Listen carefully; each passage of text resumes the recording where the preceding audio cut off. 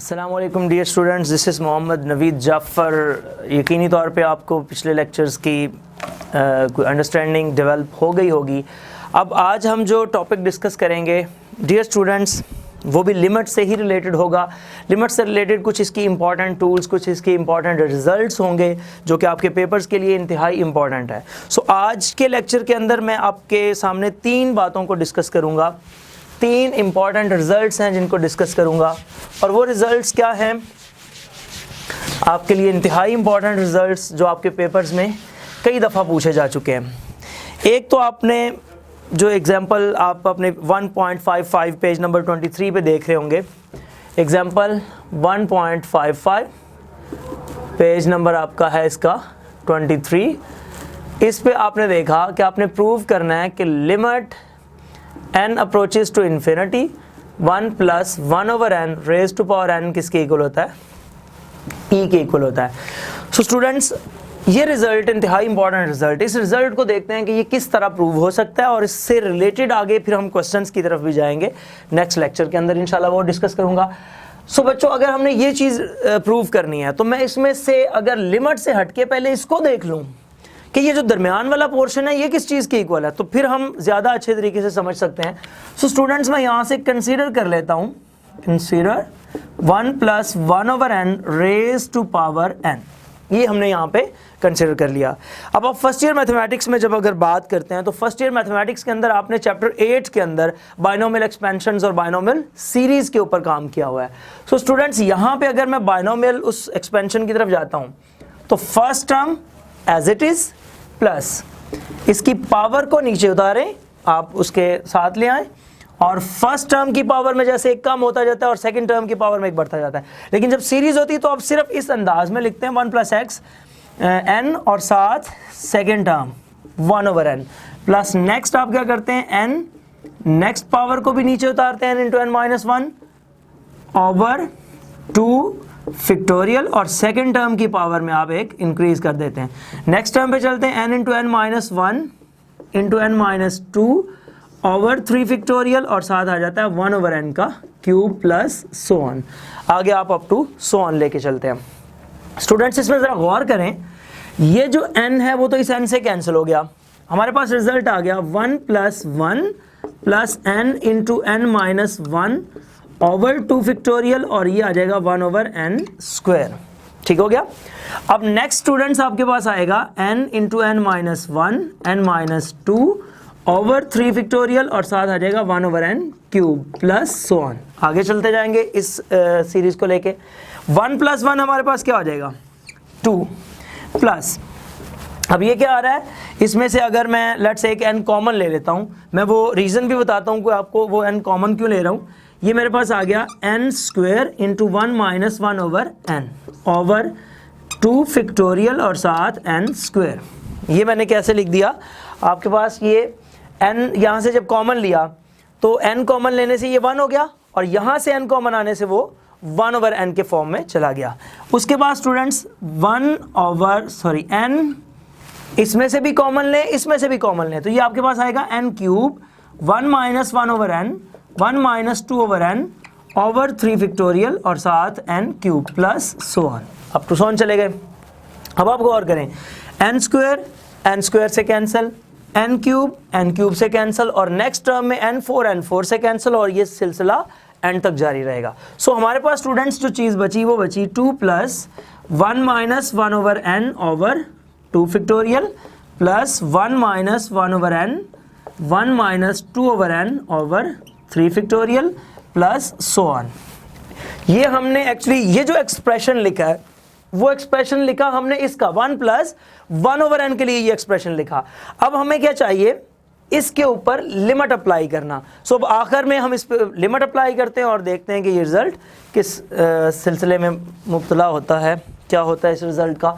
So students, अब इसके बाद अगर आप देखते हैं, मैं इसके एक साइड पे अगर कर दूं ये रिज़ल्ट, अब आप देखिएगा, लिमिट अप्लाई कर दें, applying limit n approaches to infinity on the both sides. इसके दोनों तरफ लिमिट अप्लाई की, इधर आ जाएगा limit n approaches to infinity 1 + 1/n raise to power n इधर आ जाएगा limit n approaches to infinity और 2 plus 1 minus 1 over n over 2 factorial 1 minus 2 over n, next में 1 माइनस 1 ओवर n और 1 minus 2 over n over 3 factorial plus so on, ये सिलसिला चलता रहेगा।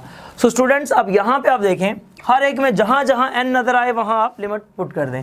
सो ये आ जाएगा 1 plus 1 minus 1 over infinity over 2 factorial 1 minus 1 over infinity 1 minus 2 over infinity over 3 factorial और plus so on.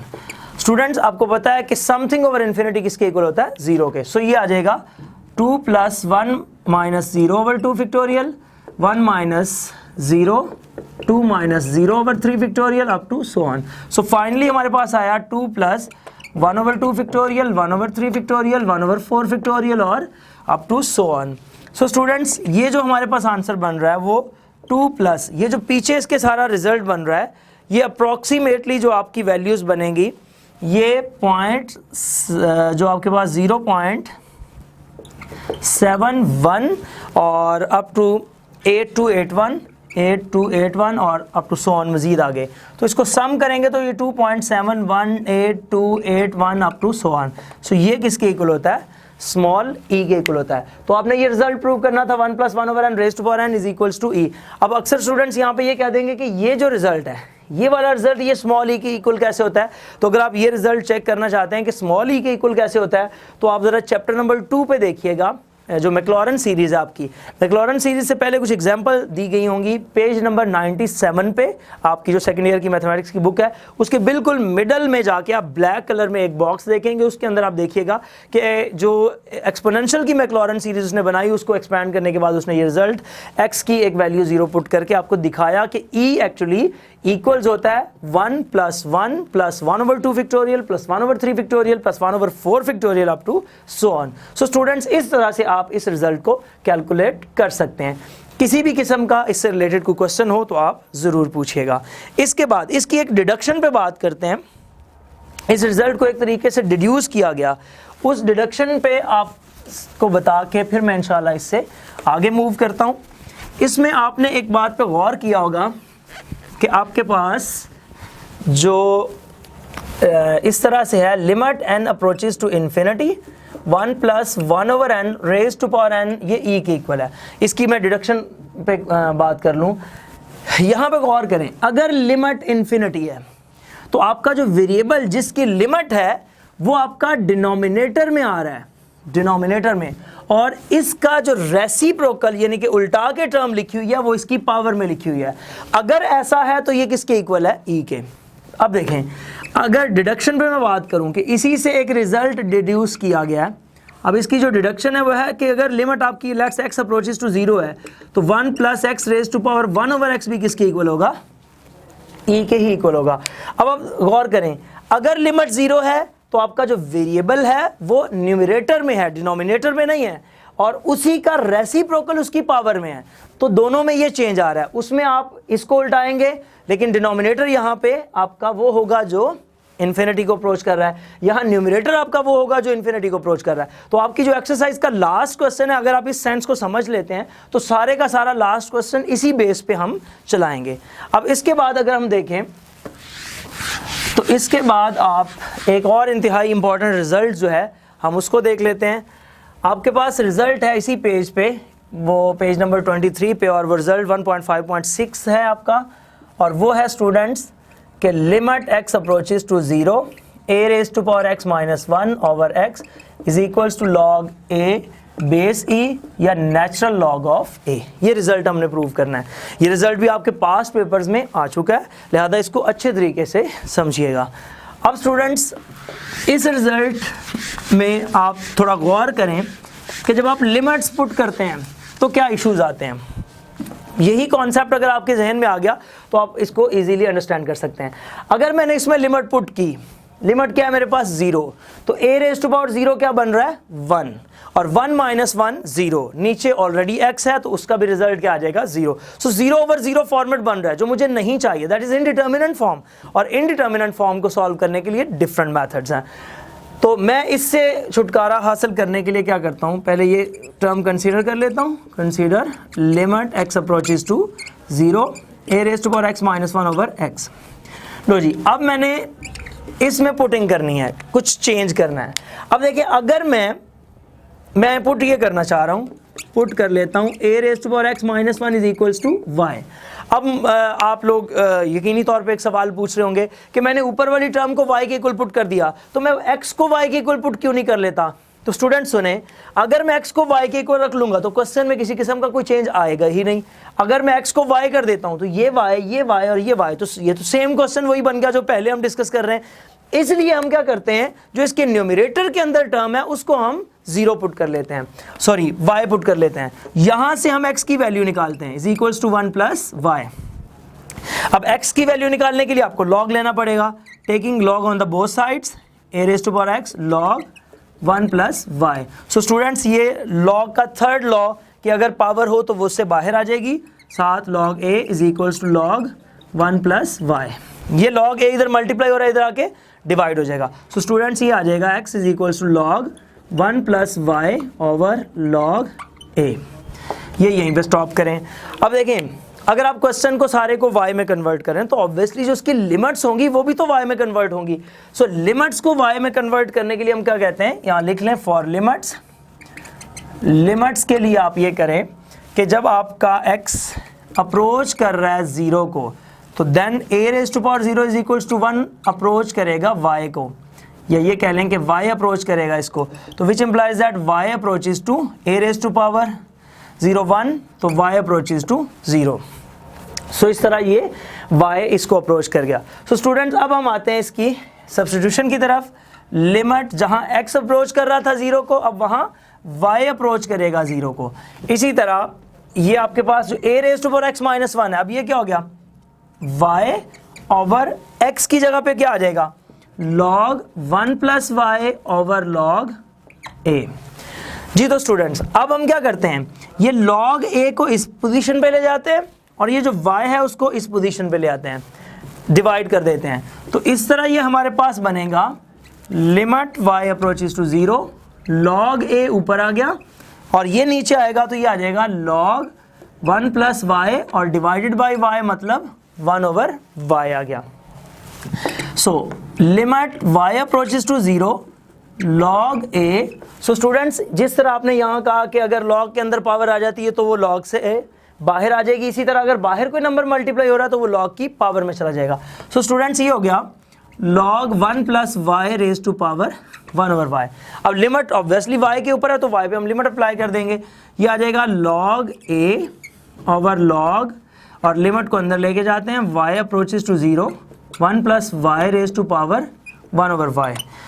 So students, अगर आप गौर करें, ऊपर तो आ गया हमारे पास log a और नीचे log, ये जो अभी मैंने आपको प्रीवियस रिजल्ट के अंदर डिडक्शन बताई कि ये जो limit x approaches to 0 1 plus x raise to power 1 over x जो है ये e के इक्वल होता है, तो थोड़ा सा गौर करें, सिर्फ वेरिएबल चेंज हुआ है, बाकी तो रिजल्ट सेम है। सो ये आपके पास क्या बनेगा, स्मॉल e, और लॉजिक दे दें limit y approaches to 0 1 plus y raise to power 1 over y e के इक्वल होता है। सो स्टूडेंट्स, ये आ गया log a over log e। तो log के फोर्थ लॉ के तहत आपने log e को उसकी बेस में लिख देना है, तो ये आपके पास log a over log e आ गया। जब भी किसी log की जो बेस है वो स्मॉल e हो जाए तो उसको हम नेचुरल log कहते हैं।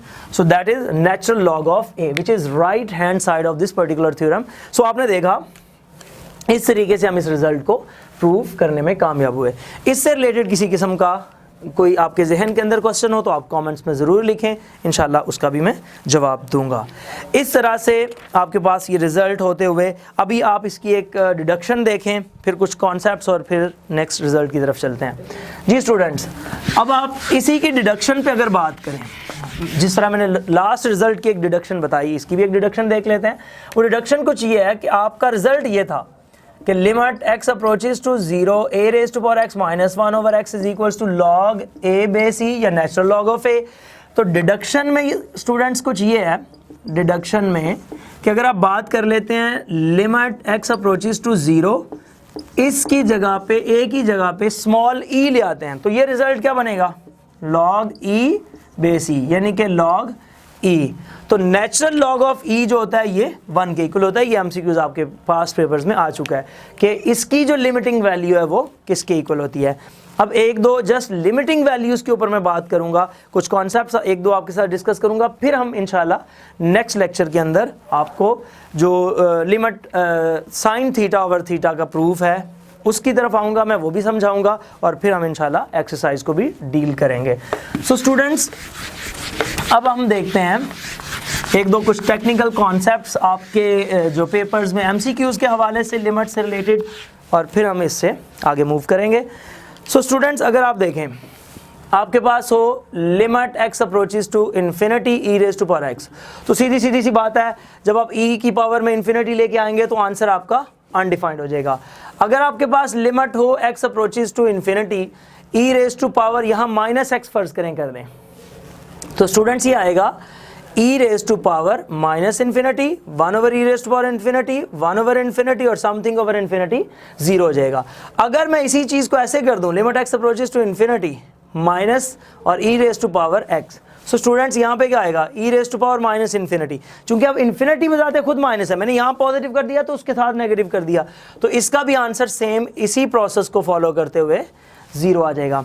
इसी तरह स्टूडेंट्स अगर मैं ये कह देता हूँ, फर्ज करें x अप्रोचेस टू 0 कर लेते हैं और x अप्रोचेस टू 0 करके मैं यहाँ e रेज टू पावर में कोई और नंबर ऐसा ले आता हूँ। लेट्स से दैट मैंने कहा px, e raise to power मैंने px कर दिया। अब मैं यहाँ पे e raise to power px करके, या इसको मैं इन्फिनिटी कर देता हूँ, मैंने कहा इसका आंसर मेरे पास आ रहा है 0, e raise to power px का आंसर आ रहा है 0। और p के ऊपर मैं कुछ कंडीशंस पूछ लूँ आपसे कि ये जो p है ये ग्रेटर देन 0 है, p जो है वो लेस देन 0 है, p जो है वो इक्वल्स टू 0 है, या नन ऑफ दीज है। अब देखें अगर मैं p ग्रेटर देन 0 कर देता हूँ 2x 3x 4x 5x, तो आंसर हमेशा इन्फिनिटी आएगा, क्योंकि पॉजिटिव पावर आ गई ना, तो पॉजिटिव पावर आने से वो नीचे तो आएगा नहीं, तो वो आंसर इन्फिनिटी हो गया। अगर मैं इसका आंसर 0 कर देता हूँ तो e रेज टू पावर 0 हो गया 1, तो आंसर आ जाएगा 1। इन्फिनिटी का केस ही खत्म हो जाएगा वहां से, क्योंकि वेरिएबल ही नहीं रहा, तो आप उसको किस तरह से सॉल्व करेंगे। अगर मैं नेगेटिव ले लेता हूं p को, तो नेगेटिव आने की सूरत में ये वाला केस बन जाएगा, ये जो ऊपर बन रहा है कि वो डिनोमिनेटर में आ जाएगा, और डिनोमिनेटर में आने की वजह से वो रिजल्ट आपके पास जो है उसका आंसर 0 आएगा। तो इस तरह के बेशुमार आप क्वेश्चंस को अराइज कर सकते हैं, बेशुमार आप ऐसे क्वेश्चंस बना सकते हैं लिमिटिंग वैल्यूज़ को लेके।